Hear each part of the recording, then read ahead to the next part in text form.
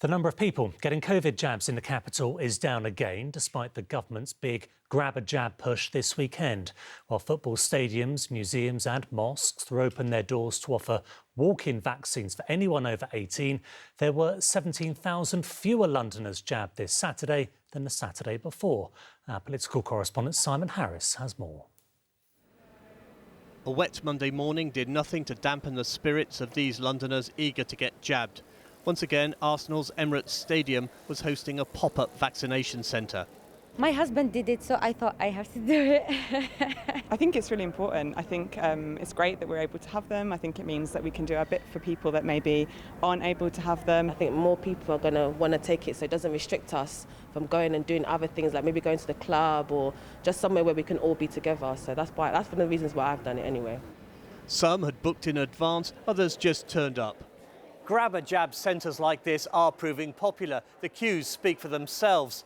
But in London especially, vaccine hesitancy is still causing concern.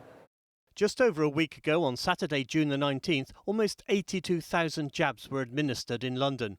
But this Saturday, it fell to fewer than 65,000 doses. That's a drop of 21%. The new Health Secretary, Sajid Javid, visited a vaccination centre at St Thomas's Hospital.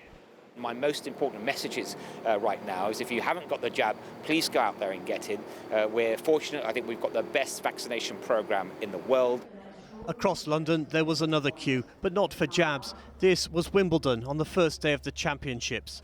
It's another of the government's test events, which scientists will use to calculate what risk, if any, is posed by large crowds. Simon Harris, ITV News. Good evening. He's been one of the most prominent public figures during the pandemic, and that has once again made Professor Chris Whittie a target for abuse. Police are investigating after footage was shared showing the chief medical officer being grabbed by two men in a park in London. The Mayor, Sadiq Khan, said it was completely unacceptable, but Professor Whittie told police he did not wish to make allegations. Well, there are now calls for him to be given police protection. Our political correspondent Simon Harris reports. It may have been a misguided attempt at a selfie, possibly fueled by drink. But whatever prompted two men to grab Professor Chris Whittie in St James's Park, it infuriated politicians from the Prime Minister down. I think it's appalling.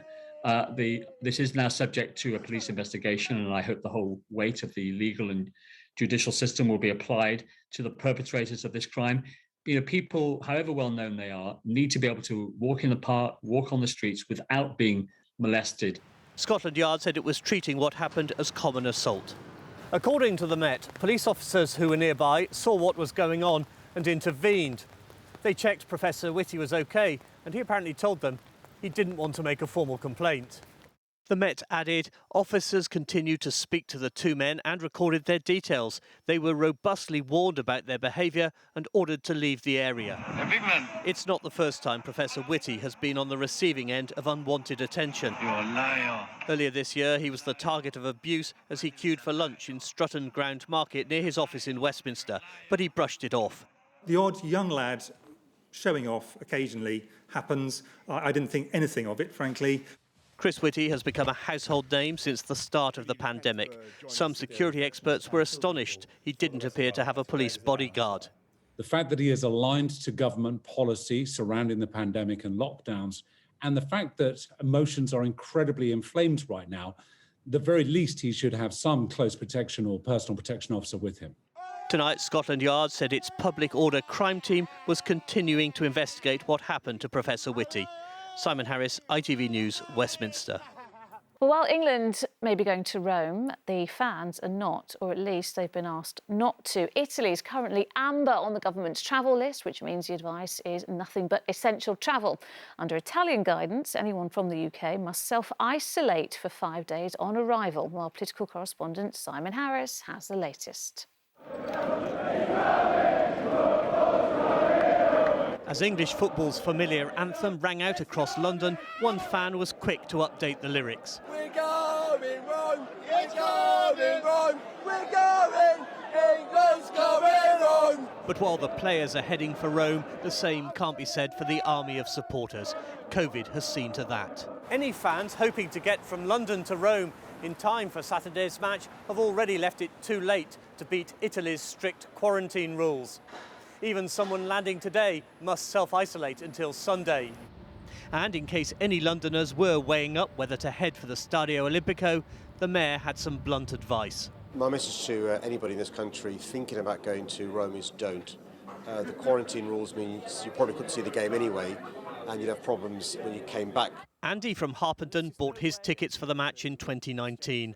But because of the quarantine rules, he can't use them, even though UEFA VIPs can come here for the final. I understand from the Italians' point of view, you know, it's difficult, right? You're going to be very wary about letting people in. You know, where there's a will, there's a way, you could perhaps argue. So it's a little bit frustrating that, you know, it's worked for the UEFA officials for the final, but not for us for the quarter-final. Which leaves the question, what can Andy do with his tickets? Well, Imogen, who's from High Wycombe, happens to be a student in the Italian city of Padua. She would love a ticket. We were so confused. We were looking at the FA website, trying to work it out, and then realised that they weren't actually offering them because of the travel restrictions. The solution was obvious, so we put them in touch. Hi, is that Imogen? So look, I've got 2 quarter-final tickets. I'll be very happy to pass them over to you, to another England fan, if you want to go along. We're so grateful and we're so excited. We've got a plan to get to Rome now, but that's just a detail. Back in London, City Hall said it was in talks with the government about allowing more supporters into the Trafalgar Square fan zone. It's currently capped at 1,000. Simon Harris, ITV News. Good evening. In the early hours of this morning, a 16-year-old boy was stabbed to death on his doorstep in Croydon. His death means there have now been more teenagers killed in the capital so far this year than there were in the whole of 2020. Well, people living on these shrublands estates say they are frightened for their children's lives. Tonight, the mayor called it a tragic loss of life to senseless violence. Our political correspondent Simon Harris reports. London's knife crime epidemic shows no sign of slowing down. Once again, the victim is a teenager, stabbed to death in a ground floor flat on the Shrublands estate in Croydon. Police were called to reports of a disturbance just before 1 o'clock this morning. It's believed the 16-year-old victim lived with his mum. Neighbours say she was heard crying out, "Take me, not him." Paramedics were unable to save his life. The teenager was a familiar face on the estate. I used to see him around the area. Seemed quiet, never in a group of boys or gangs or nothing like that. So sad. He was really young. It's horrible. I've got a son myself, and the thought of it makes me feel sick. These are just some of the teenage victims of violent crime in London this year. 18 so far, either shot or stabbed to death. The stabbing that happened today in the capital is yet another reminder that we are losing our young people and their families in distress. This rise has been happening over the last 5 years. If you take the plight of black Londoners, for instance, they're 4 times more likely to be murdered than their neighbours. It's time that the mayor changed his tactics about how he's dealing with knife crime. Tonight, in a statement, the mayor said, "I'm shocked and deeply saddened by the fatal stabbing of a 16-year-old in Croydon last night. This is a tragic loss of a young life to senseless violence, and my thoughts are with his family and loved ones during this awful time." Back on the Shrublands estate, Sherry and Peter are scared. I'm frightened, you know, and it's really, really sad, you know what I mean? And it's really worrying because I've got teenage boys, similar age, 15, and it's worrying to know that they're not safe. Not far from the estate, police found what they think is a getaway car. So far, they haven't suggested a motive for this murder. But last night, someone went to a 16-year-old boy's house to kill him. Simon Harris, ITV News, Croydon.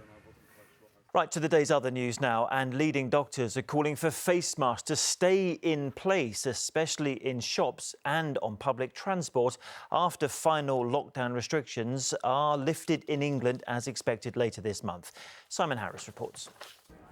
COVID rules have become second nature to many of us, so abandoning masks after 15 months might feel strange. And if the government does order the change on July the 19th, it won't please some doctors. The British Medical Association wants compulsory mask wearing to stay, for now at least, to try to halt the spread of the virus. Given that we have extremely high levels of community spread of infection, we think that in public places where people are in enclosed environments, there should be mask wearing to protect each other. That didn't worry the shoppers we spoke to. I think it would be okay. I don't mind wearing a mask. I'm not particularly bothered by the mask, and it actually makes me feel slightly more protected. I hate it, but you still have to do it, you know. Got to follow the rules. To feel the rhythm of life, to feel that powerful beat.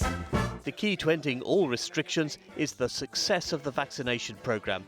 The latest attempt to get more people jabbed is this mini musical, a celebrity-packed video with the rhythm of life as the soundtrack. It's important that we all are, singing from the same hymn sheet, but also trying to encourage everybody to say, please take the vaccine, because this is a need and a necessity to get back to the rhythm of life. And if you come into close contact with... Even after a second jab, anyone pinged by the NHS app can be told to self-isolate. With the number of cases rising, it's causing problems for many businesses who lose staff. But the government confirmed today it will look at scrapping the self-isolate rule for the double jabbed. Simon Harris, ITV News.